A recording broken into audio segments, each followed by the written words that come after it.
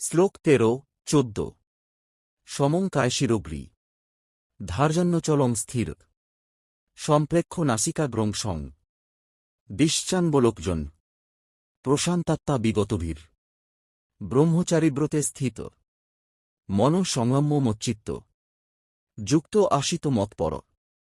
বাংলা অর্থ দেহ, মাথা ও গলা সোজা রেখে অচঞ্চল ও স্থির হয়ে নিজ নাসার অগ্রভাগে দৃষ্টি স্থির করে চারদিকে না তাকিয়ে শান্ত নির্ভয় ব্রহ্মচর্যব্রতে স্থিত হয়ে মন সংযত করে আমার মধ্যে চিত্ত স্থাপন করে বসবে।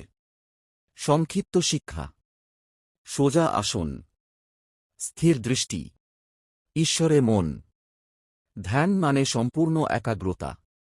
শ্লোক 15 যুঞ্জন্যেবং সদাত্মানং যোগী নিয়তমানসা শান্তিং নির্বাণ পরমাং মৎসংস্থামধি গচ্ছতি।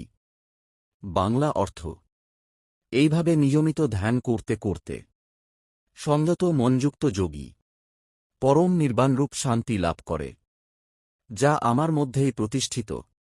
সংক্ষিপ্ত শিক্ষা: নিয়মিত সাধনা, সংযত মন, পরম শান্তি প্রতিদিন করলেই ফল।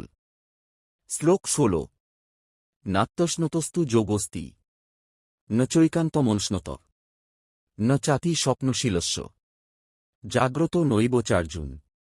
বাংলা অর্থ হে অর্জুন, যে খুব বেশি খায় তার যোগ হয় না, যে একেবারেই না খায় তারও হয় না, যে খুব বেশি ঘুমায় বা একেবারেই না ঘুমায় তারও যোগ সিদ্ধ হয় না।